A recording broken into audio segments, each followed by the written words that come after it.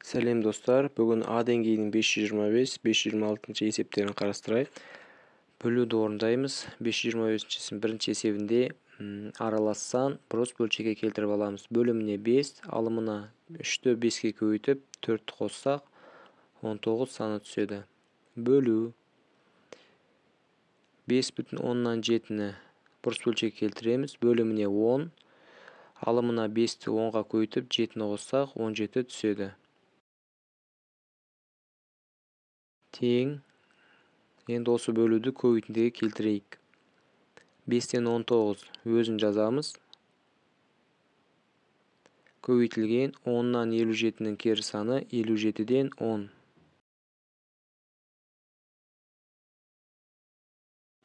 Тең. 10 мен 5, 5 санына бөлінеді. 10-ды бөлсек 2 шығады. 5-ті бөлсек 1. 19 мен 57 19 санына бөлінеді. 57-ні бөлсек 3. 19-ды 19-ға бөлсек 1. Шыққан сандарымыз көбейтіп алайық. Алымына 2, бөліміне 3 түседі. Екінші есепте дәл солай аралас сандарды бұрыс бөлшекке келтіріп алайық. 2,3-тен 2 бөліміне 3. 2 жерде 3-ім 6, оған 2 қосамыз, алымына 8 түседі. Бөлінген 1,9-дан 7-ні бұрыс бөлшекке келтіреміз. Бөліміне 9, 1-ді 9-ға көбейтіп, оған 7-ні қосқанда 16 саны түседі. Көбейтуге келтірейік. 3-тен 8 бөлшегін жазып аламыз. Көбейтуге кері санын аламыз. 16-дан 9. Қысқарады. 3 пен 9 3 санына бөлінеді. 9-ды бөлсек 3. 3-ті бөлсек 1. 8 пен 16 бөлінеді. 8-ді бөлсек 1. 16-ны 8-ге бөлсек 2. Шыққан сандарды көбейтейік. Алымына 3, ал бөліміне 2 түседі.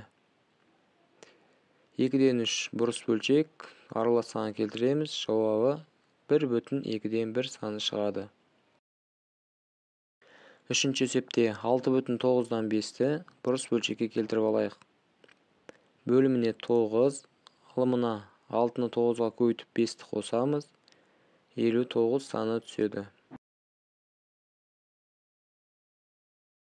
Бөлу 6,19-дан 4 санын бұрыс бөлшекке келтірейік. Бөліміне 19, алымына 19-ды 6-ға көбейтіп 4-ті қосамыз. Сонда 118 саны түседі. Көбейтуге келтіреміз. Бөлінгіш өзгермейді. 9-дан 59 жазамыз. Көбейтілген 118-ден 19 деп аламыз.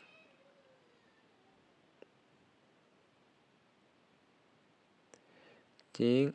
Бұл жерде 118 пен 59 ғана қысқарылады. 59-ға бөлінеді.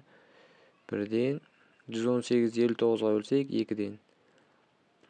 Сандарды көбейтіп алайық. Алымына 19, ал бөліміне 9 жерде 2 18 түседі.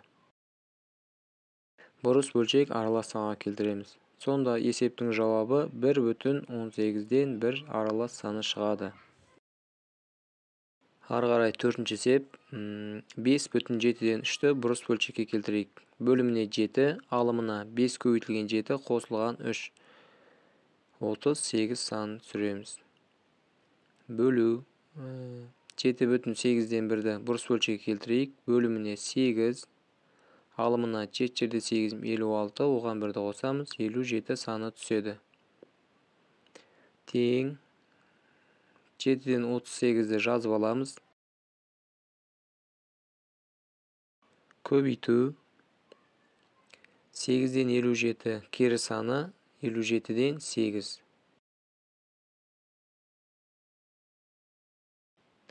Бізде бұл жерде 38 бен 57 19 санына бөлінеді. 38-ді бөлсек 2-ден 57-ні 19-ға бөлсек 3.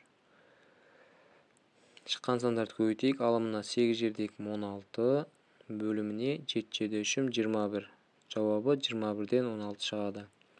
Төртінші есепте 4,15-ден 8-ді бұрыс бөлшекке келтіріп алайық. Бөліміне 15, алымына 15-ті 4-ке көбейтіп 8-ді қосамыз. 68 саны түседі. Бөлу 1,25'ten 9 burus bölçekке keltireyik. Bölümüne 25. 25'ti 1'ge көбейтіп 9'a qo'shsak 34 sani түседі. Көбейтуге келтірейік. 15'ten 68 деп жазып аламыз. Көбейту кезінде бөлгішіміз кері санын береді. 34'ten 25. Бұл жерде бізде 68 34'ке бөлінеді. 68'ді бөлсек 2, 34'ті бөлсек 1. 15 пен 25 5 санына бөлінеді. 15'ті бөлсек 3, 25'ті бөлсек 5. Шыққан сандарымыз көбейтіп алайық. 5 жерде 2, 10. 3 жерде 1, 3. 3'тен 10 бұрыс бөлчек аралас санға келтіреміз. Демек жауабы 3,3'тен 1 аралас санына тең. 6-нчы есеп соңғы есеп. 1,15'тен 13'ті бұрыс бөлчек келтірейік. Бөліміне 15. Алымына 15'ті 1'ге көбейтіп 13'ті қосқанда 28 санын түсіреміз. Бөлу 1,5'тен 3'ті бұрыс бөлчекке келтірейік. Бөліміне 5. Алымына 1'ді 5'ке көбейтіп 3'ті қосқанда 8 түседі. Тең көбейтуге келтіреміз. 15'тен 28'ді жазып алайық.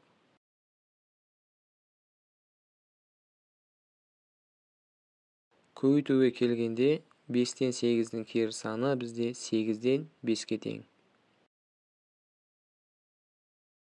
Осы жерде 28 бен 8 4'ке бөлінеді. 8'ді 4'ке бөлсем 2, 28'ді 4'ке бөлсем 7. 15 пен 5 5'ке бөлінеді. 15'ті бөлсем 3, 5'ті 5'ке бөлсем 1. Шыққан сандарды көбейтейік. 7 жерде 1, 7, 3 жерде 2, бөліміне 6 түседі. 6'дан 7 бұрыс бөлчек аралас санға келтіреміз. Жауабы 1,6'дан 1 аралас саны шығады. Ары қарай келесі есеп 526-нчы есеп. Шаршының периметрі 4,5'тен 4 дециметрге тең. Сонда бізде пи тең 4,5'тен 4'ке тең деп аламыз. Бізде шаршының қабырғасының ұзындығын табыңдар. Бізде шаршының қабырғалары тең. Сондықтан 4 қабырғасы да аға тең болады. Қабырғасын табу үшін периметрдің формуласын жазайық. Пи тең көріп тұрғанымыздай 4а. Қабырғасы бізде аға тең. Сондықтан аны өрнектеп алайық. Сонда а тең пи 4 пен аның ортасында көбейту бар. Ол сол жаққа барса бөлу 4 болады. Сонда пи бөлінген 4 шығады. Пидің орнына бізде 4,5'тен 4'ті қоямыз. Бөлу 4'ті жазып алайық. Бөлінгішіміз аралассан бұрыс бөлчекке келтіріп алайық. Бөлім 5. 5'ті 4'ке көбейтіп 4'ті қоссам 24 саны шығады. Бөлу бүтін санды жай бөлшекке келтірейік. 1'ден 4 деп аламыз. Енді көбейтуге келтіруге болады. 5'тен 24 өзгермейді. Көбейту бөлгішімізді кері санын аламыз. 4'тен 1. 4 пен 24 қысқарылады. 4'ке бөлеміз. 4'ті 4'ке бөлсек 1, 24'ті 4'ке бөлсек 6.